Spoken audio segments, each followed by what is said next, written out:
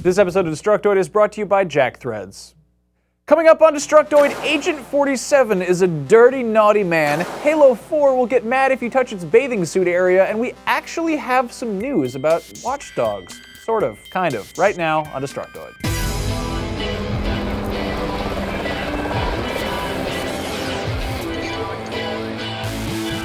Welcome to Destructoid. I'm Tara Long. And I'm Max Scoville. Happy Friday, Max. Happy Friday indeed. I'm sorry to you guys at home that we are not live right now. No. Normally we try to go live on Fridays for you, to entertain you and give away codes like Saint Santa Claus. But yeah, we couldn't do that because Zach hurt his ankle during the corn maze at the Harvest Fair. Oh, I wish I could have gone to that. I made that up. Corn mazes. That's not true. I love so them anyway. Immediately before coming to the studio to shoot this, we got this wonderful teaser image for upcoming Skyrim DLC and word that a new trailer would be dropping on Monday, which is great because Monday is my birthday. Bethesda, you knew about my birthday and you give me an excuse to talk about Skyrim on my birthday. Tara, did you know that Monday is my birthday? I did know that, Max. Monday You've only told me several is my times. birthday. Yes. So anyway, into the news we go. Hands down, the biggest reveal at E3 this year was Ubisoft's Watch Dogs, the kind of open-world post-cyberpunk game that lets you hack into everything around you as well as steal cars and blow stuff up. Everyone got excited about that, and we haven't heard a whole lot, and today we get the first peep about this game we've gotten in a while in the form of a developer diary. I'll take it. Sort of. If you've seen a dev diary before, it's pretty much the same kind of thing. It's a team at Ubisoft. They're not really saying anything particularly surprising. They're thrilled by the reception the game got at E3. They are excited to be working on it. They have people in studios all over the world collaborating on the project. They are using high-tech computer machines to make lip animations look realistic. It's pretty par for the course kind of stuff. What's interesting about the dev diary is that it's actually a recruitment video. Ubisoft is looking for people to work on Watch Dogs, which begs the question, how far off is it? Well, apparently Watch Dogs has been in the works since 2010, so it's pretty far along, but if I had to guess, I would say that Ubisoft is probably aiming for a holiday release, probably October or November of next year. They've said 2013. They've been kind of vague about this whole game, so it's very curious, but if that's the case, they've got the better part of a year to get things polished, so a recruitment video isn't too crazy, though it does seem sort of weird to roll that out after, you know, announcing the game. I guess there's hype for it though, so maybe people are like... Maybe they knew that if they released a video, any kind of video about Watch Dogs, people would see it, so... Maybe they haven't even started the game and they're like, well, we should probably hire some people to make it. We should probably get on that. Let's hire some actors to play developers and they will be in our developer diary film. But I have an idea. You guys should go get hired at Ubisoft and then find out some inside details about the game and then come back and tell your old Uncle Max about them so we can talk about them on his internet show. Oh, don't do that. You'll get in trouble. Uncle Max is probably the creepiest Yeah, way you've I could have probably made that less creepy. Yeah. Anyway, your turn. Moving on, with Assassin's Creed 3 out now and Halo 4 coming next week, you might think that we've hit the peak of fall release season, but you would be wrong. So very wrong. Hitman Absolution is still on track for its November 20th release, and in anticipation, Square Enix has released yet another trailer showing off Agent 47's other day job, Professional Creeper. This trailer is called Living, Breathing World, and it demonstrates the importance of eavesdropping in Agent 47's secret missions. Rather than characters with a preset pattern of movement and one or two lines of dialogue on repeat, Hitman Absolution's NPCs have depth and realness to them, and Agent 47 will have to use that to his advantage. Strippers, urinals, bar fights, domestic altercation, and death by plunger are just a few of the things you'll get to experience in this game, and if none of those things convinced you, then watch this clip from the end of the trailer, which shows what looks like an ecstasy-fueled police dance party at a nightclub DJ'd by none other than Agent 47. Haha! A master of disguise, I tell you. God, that clip is hilarious. I watched that so many times earlier. I just kept going back and watching it again. It sounds like a pretty ridiculous game. I do like games with urinals and strippers in them. Yeah, those are and two of toilet my plungers. major qualifications for games. So, as you guys might have been aware, Assassin's Creed 3 hit this week, and it did not have any plungers or strippers or urinals in it. But it also wasn't the only Assassin's Creed title released this week. There's also Assassin's Creed Liberation on the PlayStation Vita, which a lot of you guys have been asking about. Chris Carter over on Destructoid put up his review of the game, and he was really impressed by it. If you're unfamiliar, the game is a completely separate entity from the previous Assassin's games. There's no nonsense about Desmond or prophecies or animus chairs or anything like that. You're jumping into the role of Aveline de Grandpré, who is a half-French, half-African woman in New Orleans, who's also secretly an assassin. She's basically Batman. She's rich, and she's a respected member of high society, but she likes to put on wacky outfits and go jumping around on rooftops by night, beating up bad guys. Who doesn't? The outfits actually play a big part of the game, and you must switch disguises between assassin, slave, and lady. Each one has different abilities and separate notoriety levels, so it adds a certain amount of strategy to the game. If you're getting in trouble as the assassin, you can switch into the different one, and then people won't recognize you.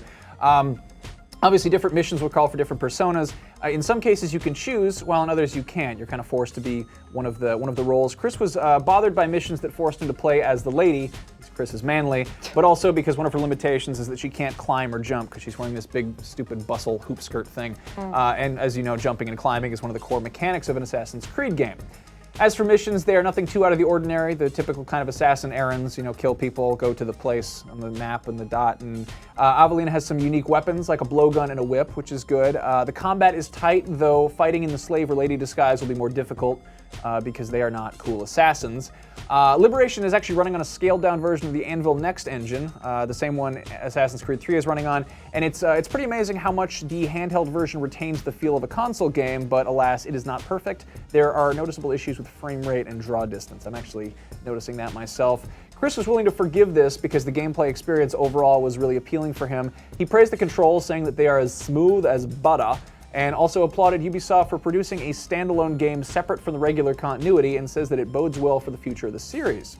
The game should provide 10 to 15 hours of gameplay, which isn't bad at all for a portable title, and as for dumb PlayStation Vita gimmickry, there's a little bit, but it's not enough to become tedious or frustrating.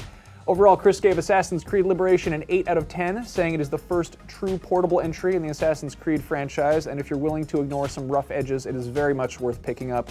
I'm actually only a few hours in myself, but I'm agreeing with pretty much everything that Chris had to say about it. I think my biggest problem with Assassin's Creed 3 is that it felt bloated. Okay. It felt like they were kind of going with the bigger is better mentality, and I think that the limitations of developing on a smaller, portable console is really it's a good motivator to trim the fat from the game.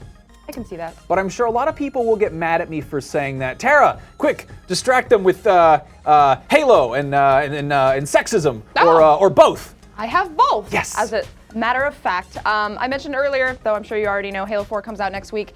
To prepare for the onslaught of racist diatribe and rampant sexism, the ladies of 343 Industries are laying down the law.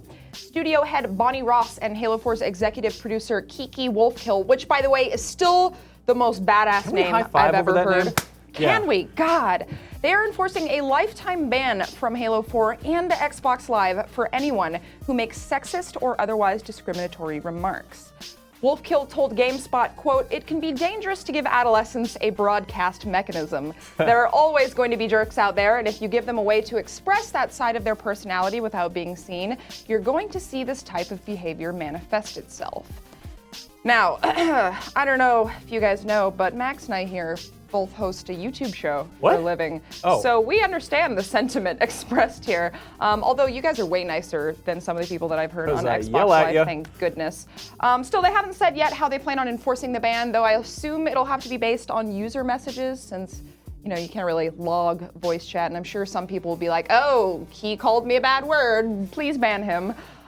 So yeah, what do you guys think of this? I've kind of been surprised by the overwhelming support this has received, especially considering the whole freedom of speech thing that's been bothering people on the internet lately. People like to throw that around, the whole freedom of speech thing, but it's like, if you go to a movie and you talk a lot, you're going to get kicked out of the movie, and they're probably not going to refund your ticket price. And if you, if you go to a bar and you say horrible things to the female patrons, they're going to kick you out of the bar. Yeah. And if in some cases you can even go to jail for things like this. So being like, this is Hitler's Germany, Halo 4. You are taking away my freedoms as an internet American, and it's like just be a decent human being, and it's really not a huge problem. I'm invoking Wheaton's law. Just don't be a dick, guys. Don't be a dick. Don't be a dick. It's so simple. So simple. But yeah, I think it's kind of funny to have a zero tolerance policy to try and promote tolerance. But yeah.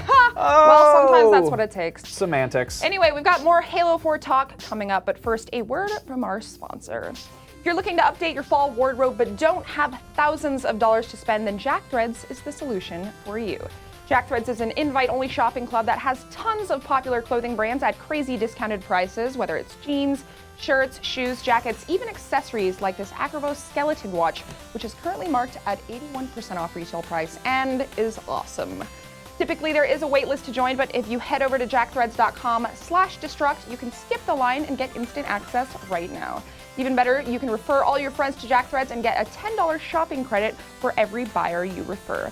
Again, that website is jackthreads.com/destruct for all your wardrobe needs. I actually got this great Thor shirt where he's swinging a hammerhead shark. Do you wear anything that's not from Jack Threads? That jacket is also from Jack Threads, oddly enough. Yes, it is. Wonderful. I don't Well know. done. They sponsor our show. So Also go they're good. get things from them because it supports our show and I get stupid shirts. Anyway, That's a lovely shirt. we are back. Halo 4, has it had a lot going for it or going against it because it's Halo and everyone wants Halo, but it's also 343 company, Industries and everyone's scared out of their mind that they're going to screw it up. But apparently 343 is actually pulling their own weight. Over on Destructoid, Hamza Aziz gave Halo 4 a perfect 10 out of 10, saying that 343 went all out, creating a fantastic sequel that brought forth a major focus on storytelling, while upping the visual and audio direction to a level that will be tough for anyone to rival within these remaining few years of this current console generation. And that while they added some new stuff, it still feels like Halo, and Halo 4 is proof that the franchise has been left in good hands. And you know what? Hamza is the biggest and most discerning Halo fan I know, so he's a big ol' Halo good dork. words. Meanwhile, Anthony Carboni reviewed it over on our Rev3 Games channel, giving it a solid buy it, saying a lot of similar nice things, and you can go watch that. It's over youtube.com/Rev3Games. And while you're there, you should check out Max Wink's thorough breakdown of Halo 4's multiplayer. He's one of those guys who is good at the Halo 4 multiplayer, and he pays attention to things like how fast the bullets come out of guns in relation to how long you hold the button and other very weird things like that. I don't know anything about Halo, but I do know about soda and the snacks, and we did an extremely stupid unboxing/review involving both of those things for some special Halo 4 Doritos and Mountain Dew. So if you're interested, go check that out. That was an interesting video. Probably the proudest moment of my career. I don't know what you're talking about. You should make that entire video just your demo reel, nothing else. Yep. That's all you need.